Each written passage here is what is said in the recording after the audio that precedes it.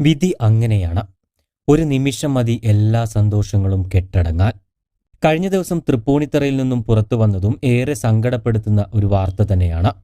തന്റെ 4 വയസ്സുകാരനായ മകനുമൊത്ത് സംസാരിച്ചു കൊണ്ടിരിക്കുന്നതിനിടയിലാണ് പൊടുന്നനെ അച്ഛനെ മരണം തട്ടിയെടുക്കുന്നത്. ഒരു കുടുംബത്തിന്റെ അത്താണിയായ യുവാവാണ് നിമിഷ നേരം കൊണ്ട് മരണമടഞ്ഞത്.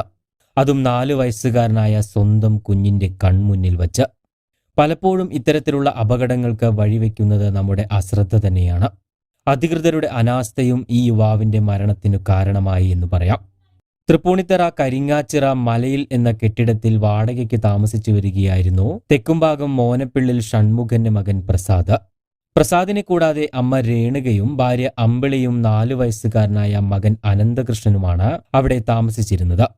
കഴിഞ്ഞ ദിവസം രാത്രിയോടുകൂടിയാണ് പ്രസാദ് മകനെയും കൂട്ടി കെട്ടിടത്തിന്റെ ടെറസിലേക്ക് പോകുന്നത്. ടെറസിന് മുകളിലെത്തി കാഴ്ചകളൊക്കെ കണ്ട മകനുമായി സംസാരിച്ചു നിൽക്കുകയായിരുന്നു പ്രസാദ്. എന്നാൽ തൊട്ടടുത്ത് അപകടം പതിയിരിക്കുന്നുണ്ടെന്ന് അറിഞ്ഞിട്ട് പോലും അവർ അത് വകവെച്ചില്ല എന്ന് പറയാം. അതാണ് ഇത്ര വലിയ ഒരു അപകടത്തിലേക്ക് നയിച്ചത്. ആ കെട്ടിടത്തിന്റെ ടെറസിനോട് ചേർന്നാണ് ഒരു വൈദ്യുതി കമ്പി പോയിരുന്നത്. അതിന് തൊട്ടടുത്ത് നിന്നുകൊണ്ടാണ് പ്രസാദ് മകനുമായി സംസാരിച്ചു കൊണ്ടിരുന്നത്. സംസാരിച്ചു കൊണ്ടിരിക്കെ പ്രസാദിന്റെ കൈ അബദ്ധവശാൽ കെട്ടിടത്തോട് ചേർന്നു പോകുന്ന വൈദ്യുതി കമ്പിയിൽ തട്ടുകയായിരുന്നു. കമ്പിയിൽ തട്ടിയ പാടെ പ്രസാദ് ഷോക്കേറ്റ് താഴേക്ക് തെറിച്ചു വീഴുകയും ചെയ്തു. തുടർന്ന് മകന്റെ നിലവിളി കേട്ടാണ് ബന്ധുക്കളും പരിസരവാസികളും അപകട സ്ഥലത്തേക്ക് ഓടിയെത്തുന്നത്.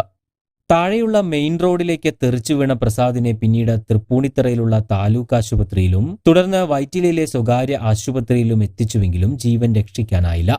കഴിഞ്ഞ തിങ്കളാഴ്ച രാത്രി 9:45 സംഭവം നടക്കുന്നത്.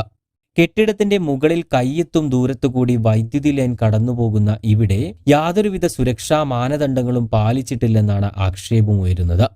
സാധാരണഗതിയിൽ ഇൻസുലേറ്റഡ് കമ്പികൾ ഇത്തരം സ്ഥലങ്ങളിൽ ഉപയോഗിക്കാറുണ്ടെങ്കിലും ഇവിടെ അത്തരം മുൻകരുതലുകൾ ഒന്നും ഉണ്ടായിരുന്നില്ല എന്നാണ് നാട്ടുകാരുടെ ആക്ഷേപം. പ്രസാദിന്റെ സംസ്കാരം ഇന്ന് 2 മണിക്ക് തൃപ്പൂണിത്തറയിലെ ശ്മശാനത്തിൽ നടന്നു. എന്തായാലും നാട്ടുകാരെ ഒന്നടങ്കം ഞെട്ടിച്ച ഒരു വാർത്തയായിരുന്നു ഇത്. കൂടുതൽ വാർത്തകൾക്കും വിശേഷങ്ങൾക്കും ചാനൽ സബ്സ്ക്രൈബ് ചെയ്യാൻ മറക്കരുത്.